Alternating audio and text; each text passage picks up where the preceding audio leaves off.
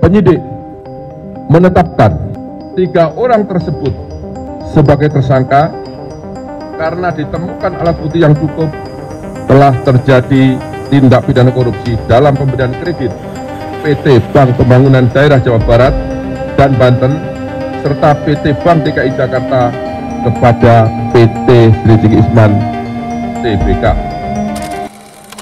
Kejaksaan Agung Republik Indonesia tengah melakukan penyidikan khusus dugaan korupsi yang berkaitan dengan perusahaan tekstil PT Sri Rezeki Isman atau PT Sritek.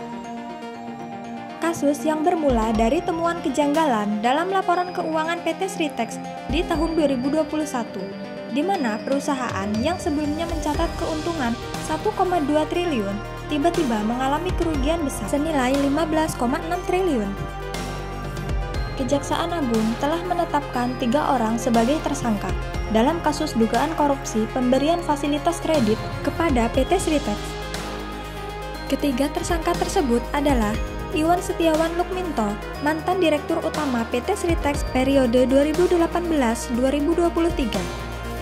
Zainuddin Maka, mantan Direktur Utama Bank DKI tahun 2020. Diki Sahbandinata, pemimpin divisi komersial dan korporasi Bank BJB tahun 2020.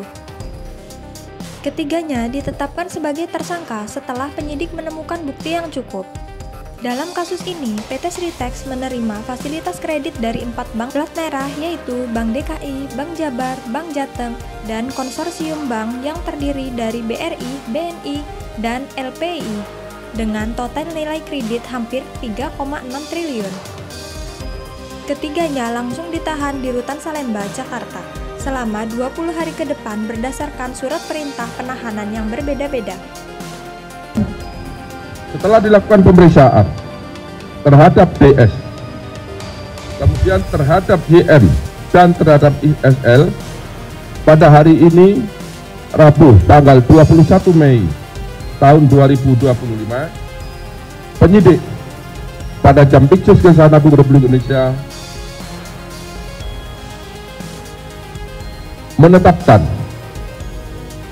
3 orang tersebut sebagai tersangka karena ditemukan alat bukti yang cukup telah terjadi tindak pidana korupsi dalam pemberian kredit PT Bank Pembangunan Daerah Jawa Barat dan Banten serta PT Bank DKI Jakarta kepada PT Sri Isman Tbk.